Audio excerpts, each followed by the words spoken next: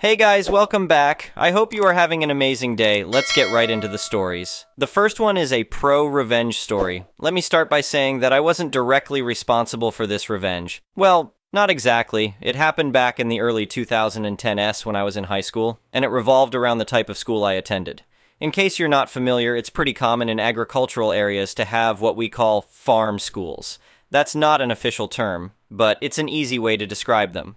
These schools are usually set up by local farmers. And while you still study the regular subjects needed for college, you also take classes in farming technology and earn credit hours for work study, basically working on one or more farms. The area where I lived was surrounded by several large farms that primarily grew soybeans. Throughout the year, we'd spend time out in the fields tilling, planting, and harvesting. Near our school was this massive 200-acre farm that, like the others, mostly grew soybeans, though sometimes they rotated to corn or wheat. This farm had a long-standing partnership with our school, so the students provided almost free labor for the farmer, Mr. Johnson. He leased the property from an out-of-state owner and paid them a portion of the harvest revenue. You can imagine my surprise when my classmates and I showed up at the farm for our work study, and Mr. Johnson gave us some unexpected instructions. "All right, kids," he said, his voice gruff but with a hint of resignation. "I need some of you to man the sprayers and start applying herbicide on the fields. The rest of you, including you, kid," he pointed at me, "take the tractors and discs and plow everything under. I want every inch of these fields turned back to bare dirt." We were shocked, to say the least. Jake, one of my classmates, spoke up. "But Mr. Johnson, why are we destroying the crop? It's almost harvest time." Mr. Johnson's face hardened. "Sometimes, Jake, life throws you a curveball, and you've got to adapt. This is one of those times." After some discussion among ourselves, we reluctantly set to work. It took us the better part of a weekend to complete the task, and when we finished, the field was in a beautiful, if barren, state. Mr. Johnson thanked each of us personally and handed us each an envelope. "Here's $800 for your work," he said. "I appreciate your help and discretion in this matter." That was quite a sum for a high school senior in the early 2010s, and it left us all wondering what was really going on. We returned to school and told our principal, Miss Thompson, that the contract was completed. She informed us that Mr. Johnson would no longer be working with the school, and we'd be sent to one of the other larger farms for the rest of the year in our work study. It was probably 2 or 3 months later before rumors started circulating about why we'd been instructed to destroy the crop. While these were just rumors, based on how things turned out for Mr. Johnson, I suspect there's some truth to them. Apparently, the landowner, Mr. Carlson, had decided not to renew Mr. Johnson's lease on the land. This lease renewal just happened to fall a few weeks before harvest season would start. Given that the average soybean farm earns about $600 per acre, a 200-acre farm could easily net the owner $720,000, about $240,000 of that being pure profit. I don't know what Mr. Johnson's lease was, but it's safe to assume it wasn't anywhere near that amount, so Mr. Carlson had figured out a clever trick. Let Mr. Johnson get a good crop planted, then refuse to renew the lease. Mr. Johnson would have to leave the plants in the field, and Mr. Carlson would just need to pay some contractors to come harvest it, pocketing a hefty profit. Since Mr. Johnson's lease wasn't up yet when we destroyed the crops, he decided to prevent Mr. Carlson's plan from succeeding. His act of revenge was to ensure Mr. Carlson couldn't cash in on all their hard work. Sure, it meant the end of Mr. Johnson's farm, and he had to sell off most of his equipment to buy some smaller property for himself, but he'd made his point. I later heard that Mr. Carlson tried to sue Mr. Johnson, though he didn't have much of a case. The court apparently ruled that since Mr. Johnson was still under the lease when he had the land tilled under, it was his property to do with as he wished, and thus Mr. Carlson couldn't dictate what he did with it. A few years later, I ran into Mr. Johnson at a local diner. He recognized me and invited me to sit with him. "You know, kid," he said, stirring his coffee, "I never wanted it to end that way. Farming was my life, but sometimes you've got to stand up for what's right, even if it costs you everything." I nodded, understanding the weight of his words. "Do you regret it, Mr. Johnson?" He looked out the window at the fields beyond. "Regret? No. It was a hard lesson, but an important one. Never let anyone take advantage of your hard work. And never, ever cross someone with nothing left to lose." From that man, I learned a valuable lesson that went far beyond farming. It's a principle I've carried with me ever since, shaping how I approach both business and life. The next one is an entitled people story. I never thought I'd be in a situation where I'd have to fight for land I already owned, but life has a funny way of throwing curveballs at you when you least expect it. My name's Mike, and I've lived in this quiet suburban neighborhood for about 5 years now. It's a nice place, good schools, friendly folks, and a sense of community that's hard to find these days. Well, at least that's what I thought until recently. It all started on a sunny Saturday morning. I was out in my backyard, mowing the lawn and enjoying the peace and quiet when I heard the unmistakable sound of heavy machinery. Curious, I walked to the edge of my property, which backs up to a small wooded area. To my shock, there was a bulldozer clearing trees and a bunch of guys in hard hats milling around with clipboards. I approached one of the men who looked like he was in charge. "Excuse me," I said, trying to keep my voice calm. "What's going on here?"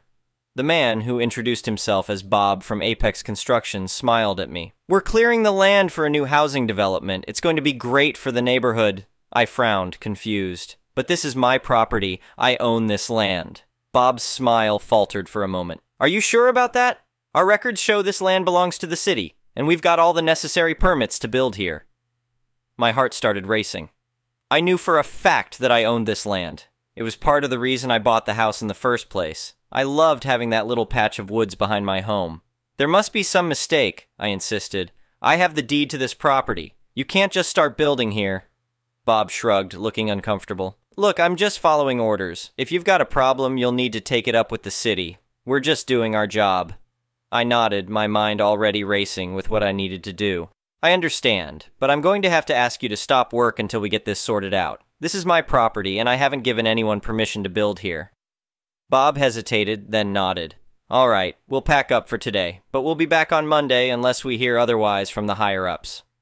As the construction crew packed up and left, I immediately went inside to dig out my property deed and make some calls. I spent the rest of the weekend on the phone with the city offices, leaving messages and sending emails, trying to get to the bottom of this mess. Monday morning rolled around, and I had taken the day off work to deal with this situation. I was on hold with the city's zoning office when I heard voices outside. Looking out my window, I saw my next-door neighbors, Karen and Steve, talking to Bob from the construction company. They were gesturing animatedly towards my property. I headed outside to see what was going on. As I approached, I could hear Karen's shrill voice. "Oh yes, we're so excited about the new development. It's about time they did something with that ugly wooded area. It's just been attracting wildlife and lowering our property values."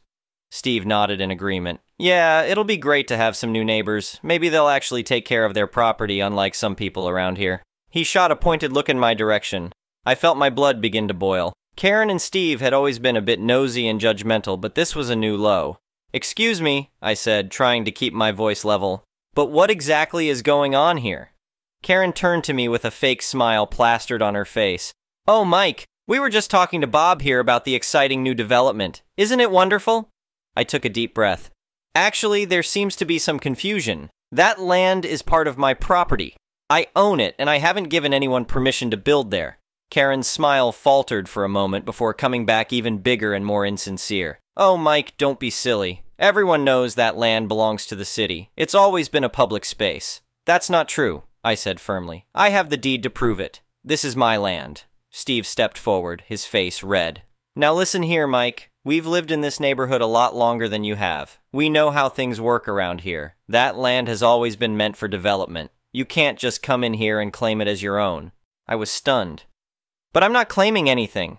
I bought this property, including that wooded area, fair and square. It's all in the deed." Karen waved her hand dismissively. "Oh, those old property lines are always changing. The city must have reclaimed it for public use. It's for the good of the community, Mike. Don't be so selfish." I couldn't believe what I was hearing. My own neighbors were trying to gaslight me about land I knew I owned. "Look," I said, trying to stay calm, "I appreciate that you're excited about the development, but this is a mistake. I'm working with the city to get this sorted out. In the meantime, no construction can take place on my property." Karen's fake smile finally dropped. "Now you listen here," she hissed, jabbing a finger at my chest. "We've put up with your unkempt yard and your noisy dog for years. This development is going to improve our neighborhood, and we won't let you stand in the way of progress. If you know what's good for you, you'll drop this silly idea that you own that land." I was shocked by her sudden aggression. "Are you threatening me, Karen?" "Of course not," she said, her smile returning. "I'm just giving you some friendly advice. Sometimes it's better to go along with what's best for everyone, even if it's not what you want." I shook my head, disgusted. I'm done with this conversation, Bob. I'm telling you again, no construction on my property until this is resolved. With that, I turned and went back into my house, my mind reeling from what had just happened. Over the next few weeks, it was like living in a nightmare. Karen and Steve seemed to have rallied half the neighborhood against me. People I thought were friends were suddenly cold and distant. I received anonymous notes in my mailbox telling me to stop being selfish and think of the community. Someone even spray-painted NIMBY on my garage door one night. Meanwhile, I was fighting an uphill battle with the city. It turned out that there had been a clerical error years ago that mistakenly listed my property as city land. The construction company had been given permits based on this incorrect information. I was drowning in paperwork and legal jargon, trying to prove what I knew to be true. The construction company, eager to start work, began pressuring me. They offered to buy the land at a very generous price. When I refused, they threatened legal action for delaying their project. Karen and Steve were all too happy to offer their support to the company, volunteering to testify that the land had always been public property. I was at my wit's end when I finally got in touch with a lawyer who specialized in property disputes. She listened to my story and reviewed my documents. "You've got a solid case here, Mike," she said. "The deed is clear, and we can prove the city's records are in error. It'll take some time, but we can fight this." With my lawyer's help, we filed a lawsuit against both the city and the construction company. The process was long and stressful. Karen and Steve continued their campaign against me, even going so far as to start a petition to have me removed from the neighborhood for obstructing community development. But I stood my ground. I knew I was in the right, and I wasn't going to let bullies and bureaucracy steal my land. Finally, after months of legal battles, the court ruled in my favor. The judge declared that the land was indeed my property and that the city had made a mistake in their records. The construction company was ordered to pay for any damage they had done to my property during their initial work, and the city had to cover my legal fees. It was a clear and decisive victory. The day after the ruling, I was out in my backyard, enjoying the peace and quiet of my wooded area, when I heard the sound of someone clearing their throat. I turned to see Karen standing at the edge of my property, looking uncomfortable. "Mike," she said, not quite meeting my eyes. We may have been mistaken about the land." I raised an eyebrow but said nothing. She continued, we thought we were doing what was best for the neighborhood. We didn't mean to cause you so much trouble."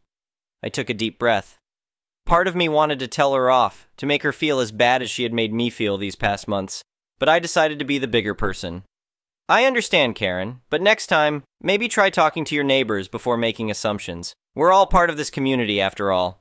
Karen nodded, looking chastened, and quickly retreated back to her own yard. As I watched her go, I felt a sense of relief wash over me. The battle was over, and I had won. My little patch of woods was safe, and I had stood up for what was right. In the weeks that followed, things slowly returned to normal in the neighborhood. Some people apologized for believing the rumors, while others pretended nothing had happened. Karen and Steve kept to themselves, clearly embarrassed by the whole ordeal. As for me, I gained a new appreciation for my home and my land. I started spending more time in my wooded area, even building a small nature trail for the neighborhood kids to enjoy. It wasn't the development Karen and Steve had envisioned, but it was a positive change for the community, one that respected both private property rights and the beauty of nature. In the end, I learned that sometimes you have to fight for what's yours, even when it seems like everyone is against you. It's not always easy, but it's always worth it to stand up for what's right.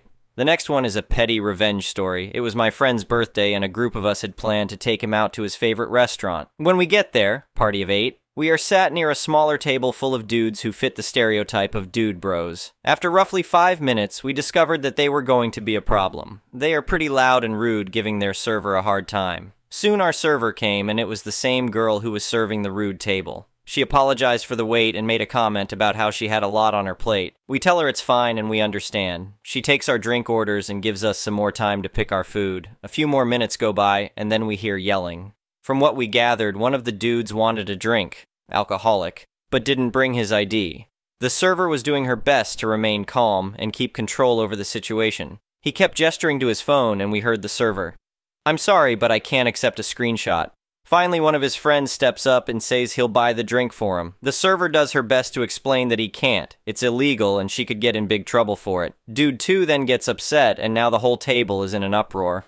Finally, the server says that she'll get her manager and quickly leaves in tears. The birthday boy is pissed and says he's going to say something. Lucky his girlfriend stops him. That's when another friend smirks and says, "I have a better idea. We'll call him Jack." Jack goes, "I have to fart." Being on the same wavelength, I smile and go, "So do I." Jack: "Are we going to crop dust this table?" Me: "I think we are." The rude table is located in a way that you'd have to walk by them to get to the bathroom, and you can walk either to left or right of the table. Jack stands up first and makes his way to the bathroom. When he disappears around the corner, that's when the effects hit. At first, the dudes think it's hilarious, pointing out one particular guy and placing the blame on him. He doesn't think it's so funny and is steadily getting mad. That's when I step up. I make my way to the bathroom, passing on the opposite side of the table that Jack did. When I clear the corner, Jack is standing there with a shut-eating grin. We stand there and listen to the true chaos begin. The rude table doesn't find the second crop dusting as funny as the first one. They're now yelling and pointing fingers at one another. The icing on the cake is when the manager finally comes over. He tells them that they're being too loud and they're going to have to leave if they don't calm. They're pissed and then start complaining about their server. Jack and I can't see the manager's face, but he was quiet for a good minute before he starts talking again. He has to explain the law to them when it comes to alcohol, adding on that the table can't be served alcohol at all due to Dude 2's comment about buying it for someone else, since they can't confirm that the person who is going to drink it is 21. They're super pissed at that, but still stay. They get a new server who is a very buff man with a face that says duck around and find out. They spend the rest of their time there with basically their heads down in shame.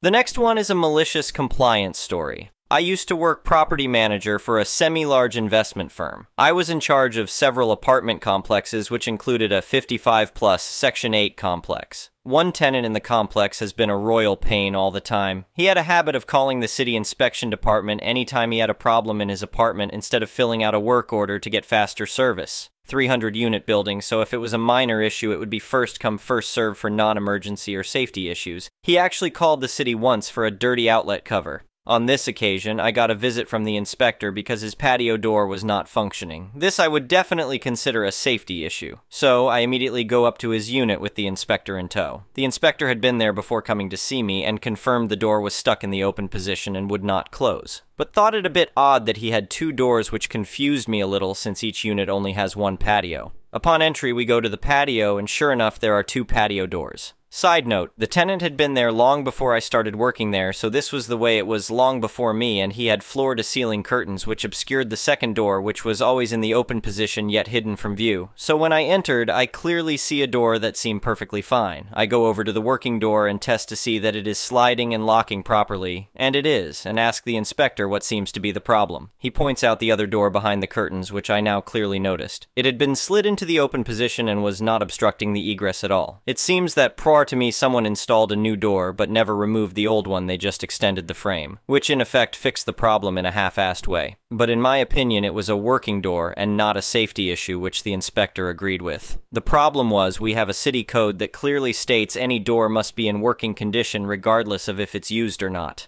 The inspector said I either have to fix or remove the door and gives me a 5-day compliance order. By chance, I had a crew remodeling the unit across the hallway, and as the inspector was filling out the order, I went to the other unit, asked one of the guys to use his maul and sawzall. I went back into the tenant's apartment and proceeded to smash out the glass and start cutting the aluminum door with the sawzall, and had the door busted out in less than 5 minutes, making a hell of a mess in the process. All while the inspector was filling out his paperwork and the tenant was watching in complete shock. I turn to the inspector and ask, "Does it now, Commelp?" And he sort of chuckles and says legally, yes it does, and I say good, problem solved, and he agrees and signs off on the order. I have the guys across the hall clean up the mess and went with the inspector back to my office. In the elevator, he says he'd never seen something like that before, but since he was about as fed up with this guy always bugging them as I was over minor infractions, he thought it was a hilariously creative solution, albeit not a very nice way to go about it. Not long afterwards, the tenant got arrested for an assault and got a jail sentence and became late on rent, which gave me the perfect excuse to evict him. Now comes the second malicious compliance. Where I live, the sheriff is required to remove belongings after an eviction, but they'll limit the items to a set value, and leave behind anything under the value threshold. So it's up to me and my crew to haul out the junk. While one of the guys was cleaning out his bedroom closet, he opens a box and it was stuffed full of pictures of children in different states of compromised situations, and several letters from a young boy that were quite disgusting. So, of course, I call the sheriffs back, and they took the evidence for additional charges to tack on to his jail time. One more note about the eviction is he also had a cat, and the cat was still there, and I found out his neighbor was feeding it in his absence. Now the cat had to go. This cat was old and ugly, and our local shelter is definitely a kill shelter, and I knew he didn't have a chance of being adopted, so it was a certain death sentence. Now me, I'm a huge animal advocate. I have 3 rescue dogs and 5 horses and a few barn cats, and felt pity for the poor guy and thought one more barn cat wouldn't hurt, so I took him home. When I got him there is when I found out he was declawed on all 4 paws and knew he would never make it in a barn setting. He lived out his remaining days comfortably inside our house. Thank you for watching. I would really appreciate it if you could like the video and subscribe to our channel if you haven't already. We'll see you again tomorrow.